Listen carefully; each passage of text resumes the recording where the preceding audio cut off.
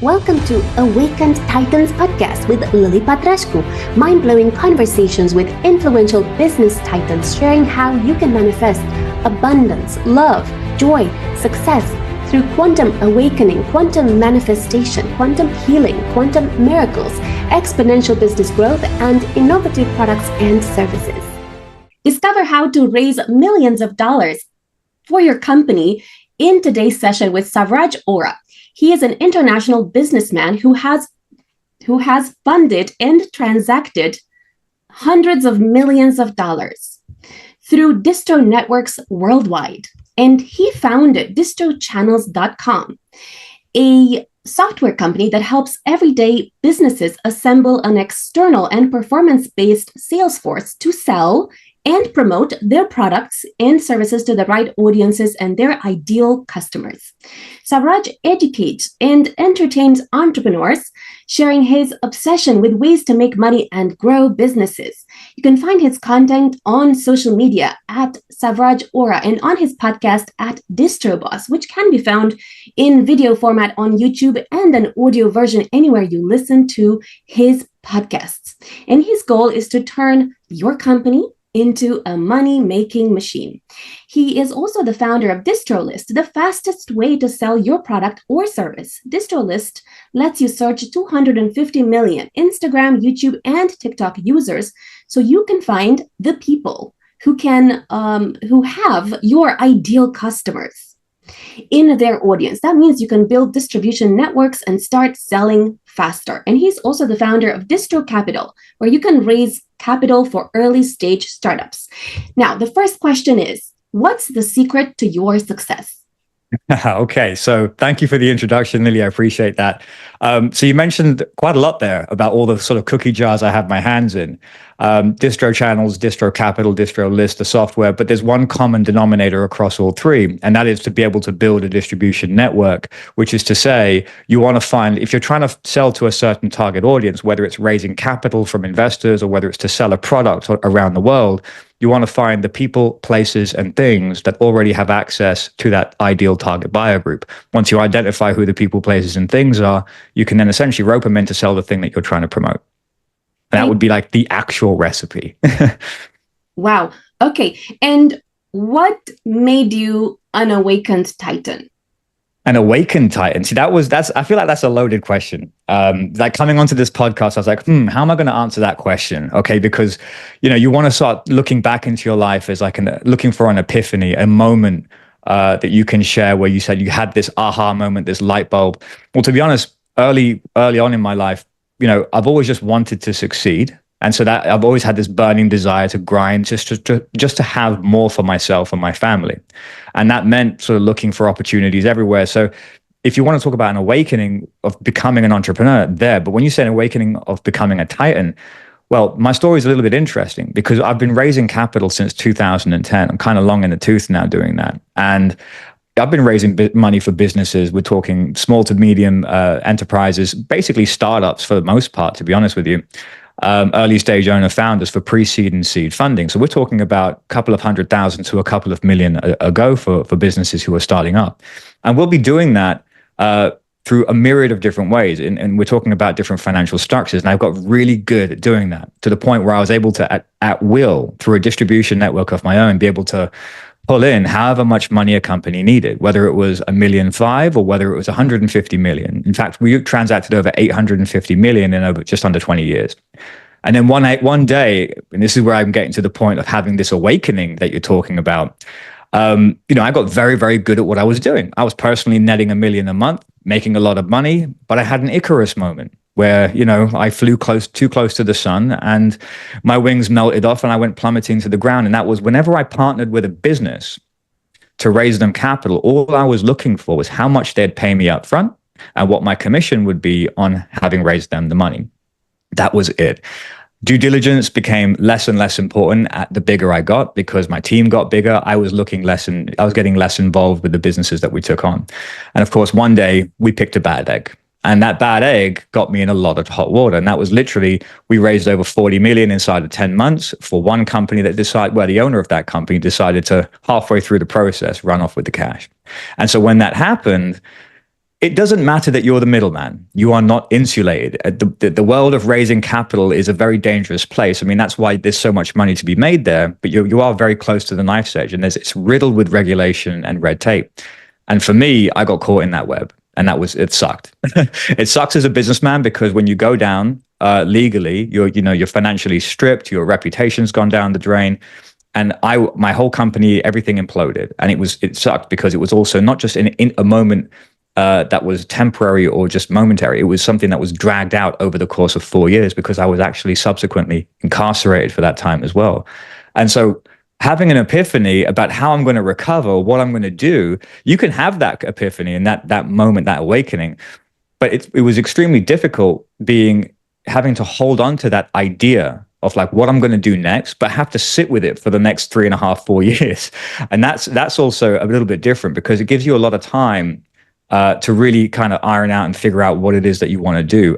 There's a lot of business people that even I speak to on my own podcast where they talk about this eye-opening moment, and then they have it, and then there's a knee-jerk reaction to execute, to start delivering against what this idea is. And then they kind of fall off it, and then they have another epiphany, and they have another one. It's kind of different when the whole world's moving on and you're kind of stuck in one spot, which is exactly what a prison cell is. And you have this idea, but you've got now 3.5 years to kind of dwell on it and obsess about it. And, having come out, we got back into business. And as far as an awakening titan, if that's the title you want to give it, we got straight back into business, double down on what I know how to do. I always say this, you've got to do what you know. And I've just had to work with the regulatory restrictions we have now, but we still raise money for businesses and we do it very successfully. Does that answer your question to a degree? Yes, thank you. At least. Thank you. And what's your blueprint for entrepreneurs to become awakened titans? And how can that lead to raising millions of dollars for their company? Okay. So that's a really good question. To be an awakened titan, I would say the recipe that I have found, and I'll be honest with you, I don't always follow this recipe. I'll just hammer an idea until it becomes some semblance of success. But everyone that I have advised, and in the businesses that I have applied this, it has worked it has worked out very successfully 100% of the time. And when it comes to being in business as a recipe, I'd say you want to pick yourself a market that you're happy to be comfortable in, that you're familiar with, that you want to get familiar with. You're happy to go the distance on to become an expert in. So pick a market. Then you want to build yourself a list, an audience within that market. It doesn't just have to be an email list like you hear floating around the internet all day long, every day. It could be a network of funding partners. It could be other businesses in that world. It doesn't just have to be a customer list, but you want to build up a network, an audience to that effect, and essentially ask them what they want. Now, you can survey them in a multitude of different ways. You don't literally ask them, what do you want? But you want to find out what it is that's needed in that area and then sell it to them.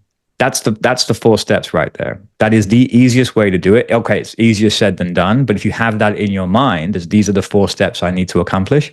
I need to get through. I need to, execute on properly.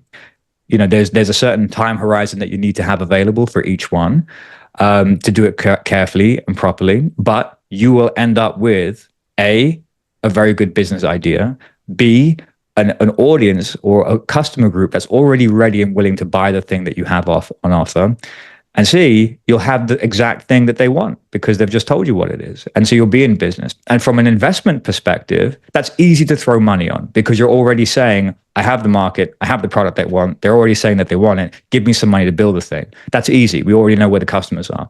And when it comes to building a distribution network to sell it fast, whatever it is, service or business or product, again, it's building up other intermediaries who could sell it for you. And you're saying, here's why we know it works. Here's the market that we already have. This is why you should work with us to sell it to your audience because we can demonstrate success here.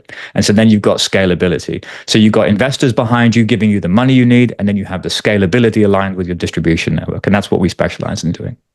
Thank you so much. And how did this awakening guide your business strategy? As in, did it change it in any way? What are you doing differently now that you are an awakened titan as opposed to just a business titan that is making millions of dollars for your company? Yeah, I think I think in terms of like how I've tried to pivot, I've certainly tried to pivot and try and jump into new areas. I mean, there's a funny story actually. I built a platform called DistroList, which is one of the platforms you mentioned. It's a software. It's a pretty damn good piece of software, I have to say. I like it. I built it. Of course, I'm going to say that. But essentially, it's a library of influencers. We have over 250 million influencers in there across Instagram, YouTube, and TikTok. I had this, I'm in the business of building distribution networks, i.e., finding the people, places, and things that already have audiences that you want to have access to, right? Now, when it comes to DistroList, I looked at, okay, let's build a platform that can find influencers, because from a conceptual standpoint, I understood the process, right? But once I built the thing, I realized I'm not an influencer marketing expert. I don't know influencer marketing in the way that these agencies really understand it. I built this platform to sort of penetrate this sector where I could build agency solutions on the back of it, this whole business model that I'm not really qualified to build. And so I had to kind of take a couple steps back where I had to realize it was painful too. If you've ever built software, it's not simple. We've gone through 4 sets of different developers over the journey, and it's been, you think it's all about sales, but it's really building a platform, and it's building like a house. It becomes very complex, and you have to chop and change your contractors sometimes, and you have problems that are some of them have to stick around because you've gone so far down the rabbit hole with one line of code or one type of one sort of platform within your product. And so we've learned that the hard way, and I've had to kind of rein in and kind of step back and say, okay, I couldn't pursue that business. I couldn't, just have an idea, think that it was good enough, and then sort of execute on it. I had to bring myself back and restructure the business to say, okay, we're going to sell it off as a white label, for instance, because we're not the ones qualified to actually be in business in that sector. And that's one of the rude awakenings outside of the prison experience that I've had to learn as well when it comes to having good ideas. So as far as awakening, is to kind of remind yourself what you're good at, what you should be doubling down on. And you, like I said earlier, you got to do what you know. Thank you so much. Tell us a little bit about how this works with DistroList in terms of the influencer marketing. How does the platform work? So essentially, we have multiple different data providers. As much as Facebook and Instagram, Meta, YouTube, and everyone say that they don't provide information or ways in which you can collect information or public accounts, and you can find them. And there's ways in which you can buy that data in bulk too, and organize that information to provide good analytics. And essentially, that's what we do. We have a ton of back-end developers there who are actually building up this data bank. It's last checked at 250 million, but it's growing. And essentially what it allows people to do is to essentially filter the influencers based on who's in their audience. So remember what I said about building a distribution network. If you've got an ideal customer in mind, you want to find the people, places, and things that already have access to that customer group so you can have that intermediary sell for you. Well, this is how we needed to make sure that the platform functioned in the same way for the influencer search. So you can do that there. You can tell it who your ideal client is. And essentially, it will pull up all the influencers that have those people in their audience. And then you can filter the influencers too. You can make sure you're looking at the people that you want to talk to, i.e. perhaps you're not qualified or have enough money to speak to the people who have 2-3 million or more. Maybe you want to deal with an army or focus on raising an army of influencers at maybe 3,000 followers to 15,000 followers.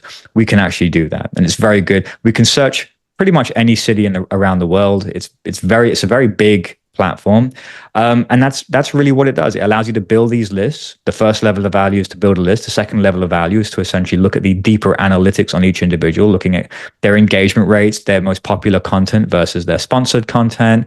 We're talking about their audience demographics in terms of where they are in the world as far as their audience is concerned. What cities do they come from? For instance, we helped a business in New York City who was opening a new sneaker store, trainers for our UK people. It was just a straight sneakerhead store, and they wanted to find influencers who were located in New York, who also had their audiences primarily from New York that also were interested in activewear and sports. The reason why they wanted those influencers is because they were having an opening day, and so they wanted to bring those influencers to location to also invite their followers to basically fill a room, and that was very successful. And that's something you can do with an app like DistroList. Thank you so much. How can DistroList help you towards your mission of, let's say, raising millions of dollars for a company? DistroList isn't inherently designed to help you raise capital.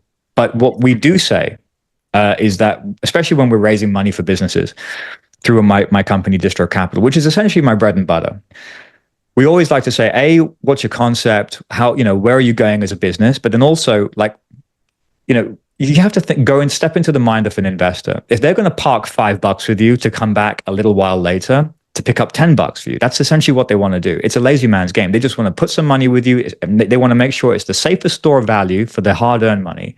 And then they want to come back a little later on and pick up a little bit more money off you, right? That's the idea, right? And so they're looking at concepts. So what helps with that? You want to show a good business. Like early stage owner founders, this is the advice. You've got to obviously have a good concept, to imagine yourself on Shark Tank or the Dragon's Den in the UK. Do you have a business that you would essentially be proud to present in a scenario like that? That's a good little test there. If it is, and it's something that you'd get behind, and then you go ahead and start getting your first customers in. So you go from pre-seed to seed, you're showing viability, right? So investors might look at that and think, okay, that's a shot in the dark. I might take a bit of risk on that. However, if you can then demonstrate a network, right, of people who are willing to sell it for you, that can demonstrate massive audiences of their own, that obviously is way more attractive for an investor. And that's where DistroList can come into play. Because if you have a network, a pre-cultivated network, say, if we're going back to the trainer example, and you have like 55 influencers with an audience of, say, 100,000 each, who are all willing to promote, who are ready to, distribute your sales message to their audiences, and you just haven't activated them, and you need money to basically pay for this promotional activity, investors would look at that and say, okay, so you actually have a direct route to market, and you're basically going to be leveraging the trust and faith that those influencers have with their audience, and that will thereby increase the level of trust and faith and value associated to the brand that we're about to put money on. This could actually be a better bet for us. So that's kind of how you could use DistroList if we're going to sort of force it into position here to help with capital raising, but that's certainly a way to look at it. It's all about building up a distribution line, which ultimately gives investors or anyone who wants to be part of the business a predictable assessment of how much they can make if they invest in you. Thank you so much. I know that investors always look at, okay, who's the team, but also can you sell? And okay, who's already bought and who is likely to also buy if we invest this kind of money in marketing or whatever, right? So can you give me an example? Let's say I have a book publishing program. I also have actual books to sell, okay? And my partner has a public speaking and marketing program that he has to offer. And he's also a shareholder in a tech company, okay? And we also have an awards event that is happening next year as well with multimillionaires and high-profile entrepreneurs. So give me an example of... That's a lot of cookie jars. I thought I was busy. That's a lot of people. That's a lot of things to do. Yes, exactly. So give me an example of how I would go about finding these influencers that are relevant for the service. And my ideal target market tends to be 45 to 60 years old. Roughly. Okay. And they tend to be entrepreneurs that are making over 500,000 per year, ideally $1 million plus. Okay. So it's all well and good looking at age. It's all well and good looking at location. And you can filter for interests, keywords, mentions, and hashtags. Mm-hmm. Very, very easy to do that kind of a thing with a platform like mine. Very difficult to do it based on income nowadays. Used to be easy. Cambridge Analytica, if you remember that. Mm-hmm. Ever since that little scandal took place, we've not really been able to do that as effectively as we did before. There was a time when we could say all of those filters, location, age, interests, and various other like filters to narrow down location and geotags, and then to also say earning capacity, 500 to a million to 500, 1.5 and so on. That is kind of hard to do now. There's a lot of systems that say they can do it, but the truth is they can't really do it, because if they could, they'd probably be slapped on the wrist by GDPR or some other kind of regulatory body. So the reality is the money side is a bit difficult, but you can get as close as you can. And then you can also do what we do, for instance, with with our own audiences. Like, so we have a pre-cultivated list, for instance. I've been at this business since 2010. So some people ask us, how do you access the investors that you need? Well, when you've accumulated a large list of, say, 50,000 claimed investors, these people have invested multiple times before, as an example. We can then take that list and give that to, say, Facebook or Google and create what's called an expanded audience. So it's going to look at all the, Facebook knows way more about those people than you do. You just have a name and an email and the fact that they may have bought once or twice. When Facebook takes a look at it, it's pulling up all its data.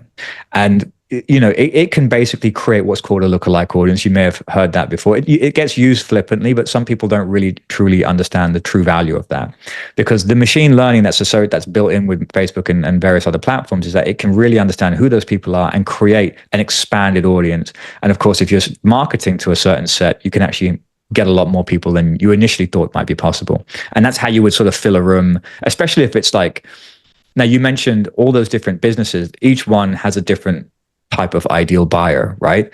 So it's almost like you'd want a list for each one, or a network of people that have lists for each one of those target personas. Does that answer your question?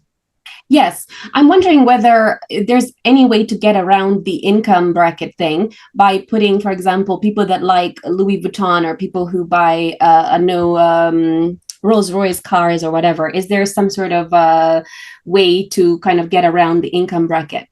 Yeah, so this is where it's like, it's kind of difficult with those kind of brands, because you're thinking, okay, so if I sell to people that have interest in those things, well, everyone is interested in Rolls-Royce. Like you've got tons of people there who aren't qualified, don't have enough money to purchase those things, but they certainly look at a lot of stuff online, right? So looking at tags and keywords and stuff aren't always the best. But you can do things that are slightly different. This is where your distribution networks come into play, because you want to start working with companies that have either sold those products or would sell. So who would buy Louis Vuitton en masse? Like, so you want to start looking at sort of car sales, or you want to start looking at yacht sales, businesses in that area, and kind of collaborate with them to essentially get access to their list of customers and start creating lookalike audiences based on them. So that way you've got a higher likelihood of people who can actually afford those things. Now, they don't necessarily represent the whole market, but if you've got one direct, marketing campaign that you're looking to prepare for, if you've got 100, if you've got 1,000 people or 100,000 people who have bought expensive cars and expensive yachts, for instance, and you're expanding an audience based on that, you've got a higher likelihood of achieving sales for your own sales campaign. It doesn't represent the entire market, but that's kind of like the direction I would first go. Thank you so much. What are the top mistakes entrepreneurs make when raising millions of dollars for their company? Well, regulatory. That's the main one, and I'm testament to a very big mistake of being pulled up as part of a conspiracy. If you are raising money for somebody else, that is a very dangerous place to be. You've got to be regulated, and then you've got to be dealing with international, territorial, legal restrictions and that sort of thing. But if you're talking about just raising money for your own business, you want to make sure that, first of all, you've structured your opportunity correctly. If you're based in the United States, for instance, you've got to decide on whether it's going to be a crowd CF, or it's going to be a convertible note that you're offering, or if you're going to go Reg D 506C for a private placement. And you make sure you go and get yourself a securities lawyer and get your contracts around. I always say this, as a business, and this applies to the UK too, as a business, you have this concept in your mind. Then you want to say, I want to raise money. I want to get other people to put money in this thing so I can build it. So that what you've got to do is you've got to have your limited company or your LLC in the US. You've got to get a designated bank account. This is essentially going to be your tin cup that you're going to go out to the world with and say, hey, look, fill it up with some cash. But to make that legal, you've got to get yourself regulated to whatever you need to do. So in the UK, it's working with the FCA. If you're structuring a bond, if you're, even in cases where you don't have to get legal, or you don't have to get the regulatory oversight as in micromanaged, you don't have to get a specific license. And it's saying, oh, well, it's regulated, but it's not micromanaged like we have in the US a lot. It's like kind of paying your taxes. You've got to be very careful You've got to tell the truth. You've got to say, this is how much my company is currently worth. This is how much we're going to put on the table as far as equity available. And this is how much we want for it. And you've got to submit that form to the FCA, and you've got to submit likewise in the US to the SEC. And then you've got to go about soliciting, aligned with the rules that are available in that country. And you can't deviate, because if you were ever found to deviate, you could find yourself in a lot of hot water. And a lot of people do. There's a very big graveyard of people, in the pursuit of sort of raising capital, where they've just done it incorrectly. They've generally solicited, by that I mean they've gone and stuck, hey, we'll give you 12% return guaranteed if you invest in my business. You can't put that on the side of a bus, or on inside of a tube carriage. People will do that though, and of course the advertising company will let you pay for whatever you want to pay for. But as soon as you've done that, you're now in breach of certain rules and regulations, and you can find yourself in some serious hot water that you can't explain your way out of, trouble that you can't talk your way out of. That if you've broken it, it's kind of like when you get caught for speeding. You've done it. It's over with. They've found you, they've caught you, and you've just broken the rules, and now you have to pay up. Whether it's financial a burden, if it's a fine, or if it could be, it could be incarceration, it could be prison time too.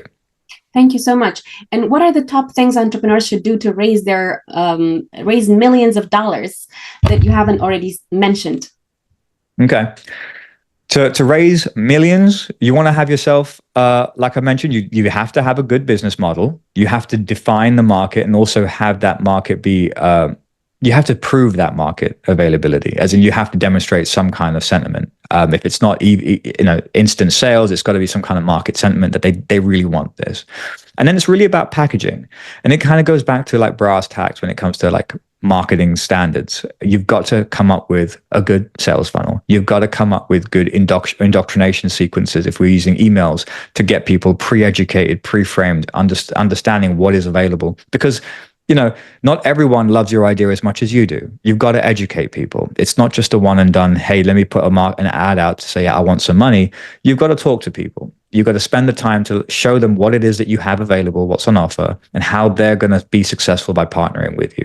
The more time that you put into that, the more likely you're going to get the higher amounts that you're looking for. I mean, we can work with a company today, and they'll pay us, and we'll say, okay, you'll license our little marketing machine, and we'll plug your opportunity into it, and off you go. We'll see your calendar fill up with a few investors. But those investors might be looking to invest between 25 to 75 grand. But you're sitting there thinking, perhaps I need way more money than that. I'm looking for a $12 million raise, or a 15 million pound raise, whatever the case is. I'm trying to buy a big building. What am I going to do with 75K?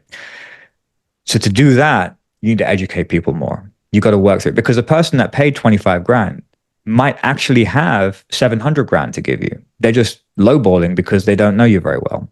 So you want to make sure that you're doing everything possible to really provide the best information against the most attractive opportunity, and position it in an attractive way, and then have the engine run, which is what we call as our licensing platform with Distro Capital, to actually get to the people that we want to try and get to. Thank you so much. And last question is, what's your message? My message, well, as you can, if you've listened to this whole podcast, you probably know by now that I've had my Icarus moment and failure. But if there's one message that I can give away, is persistence begets success. Don't stop. Like, you just keep on going for it. Thank you so much. Stay tuned for the next episode. Thank you. Follow us for more interviews with world's most influential business titans, providing you with the insights to awaken to your full potential, so you can get paid to be yourself, find true happiness, and manifest anything you desire.